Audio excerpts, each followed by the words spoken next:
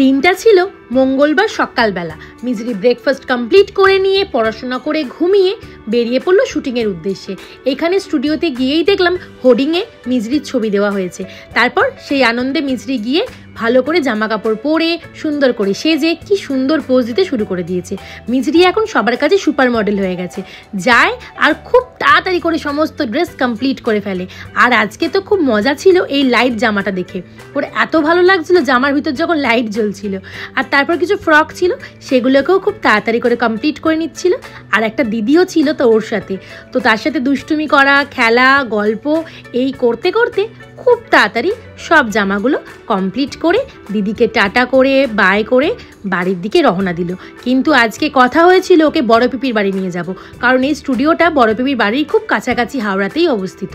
তাই বড় পিপির বাড়িতে গিয়ে পিপিকে অবাক করে দিল যে আমি চলে এসেছি দেখা করতে। তারপর সেখানে গিয়ে একটুখানি জুস খাওয়া হলো। তারপর ঠাকুরের কাছে গিয়ে ঠাকুরকে জিলিপি সিঙ্গারা নিজে হাতে বড় পিপির মন্দিরে গিয়ে খাইয়ে দিল। বড় পিপির বাড়িতে এই জায়গাটা মিজরির সব থেকে প্রিয় জায়গা। অনেকবার তোমরা ভিডিওতে দেখেছো মিজরি যখনই বড় পিপির বাড়িতে যায় তখনই ঠাকুরমা স্বামীজির কাছে গিয়ে প্রণাম করে খাবার খাইয়ে দেয়। আজকেও তার ব্যতিক্রম হলো না, সেগুলোই সমস্ত কিছু করলো। তারপর নিচে গিয়ে খাওয়া দাওয়া করে বড় পিপির বাড়ি থেকে বাড়ির দিকে রওনা দিয়ে দিল।